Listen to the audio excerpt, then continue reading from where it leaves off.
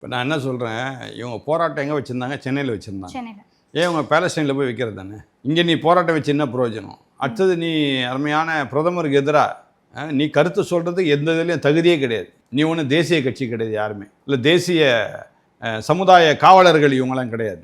மாநிலத்திலே இவங்க இன்னும் சரியாக கால் ஊன முடியல. இவங்க தேசிய ஒரு பிரதமரை விமர்சிப்பது நான் வன்மையாக கண்டிக்கிறேன். ஏன்னா இவங்களுக்கு அந்த தகுதி கிடையாது. இன்னும் மாநிலத்தில் நீங்கள் இன்னும் உட்காரல சரியா.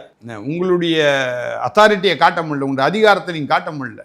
நீங்கள் எங்கே போய் நீங்கள் பிரதமரை விமர்சிப்பது என்பது எனக்கு அது பிடிமானமாக தெரியலை. அடுத்தது அருமையான பிரதமர் பாரத தேசத்தை மட்டும் அவர் அன்பு செலுத்தவில்லை, ஒரு உலக மக்களையே அவர் அன்பு செலுத்துகின்றார். அப்படி பார்க்கும்பொழுது ஒரு சில உதாரணங்களை நான் சொல்ல விரும்புகிறேன். இப்போ இலங்கை தமிழர்கள், இன்னைக்கு எல்லாரும் இலங்கை தமிழர் பேசுகிறாங்களே தவிர மற்ற கட்சியினர் பேசுகிறாங்க.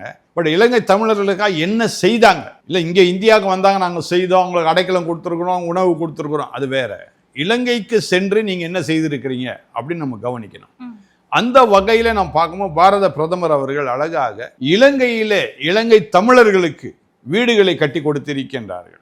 இதெல்லாம் நம்ம சிந்திச்சு பார்க்கணும். நான் வீடு கட்டித்தரணும் உடனே என்ன ஒரு நகைச்சுவையாக நான் சொல்கிற மாதிரி நினைக்கிறாங்க. ஏன்னா அது அவங்களுக்கு நகைப்பாக தான் தெரியும். ஏன்னா இவங்க போய் எதையும் பார்க்கல, போய் பார்த்தா தானே தெரியும். இப்போ நான் போயிருக்கிறேன் இலங்கைக்கு, அதனால் அங்கே என்ன நடக்குது சம்பவம் எனக்கு தெரியும். இவங்கள பார்க்காம யாரோ ஒருத்தர் சொல்கிறத வச்சு கேட்டுட்டு பேசிகிட்டு இருக்கிறாங்க. அருமையான பாரத பிரதமர் அழகாக இலங்கை மக்களுக்கு தமிழர்கள் வாழும் இடத்திலே ரொம்ப அழகாக இது பண்ணியிருக்கின்றார். அதே மாதிரி பார்த்தீங்கன்னா இப்போது யாழ்ப்பாணத்துக்கும் சென்னைக்கும் கப்பல் விட்டுருக்காங்க. இது மாநில அரசு கிடையாது விட்டது, இது தேசிய அரசு.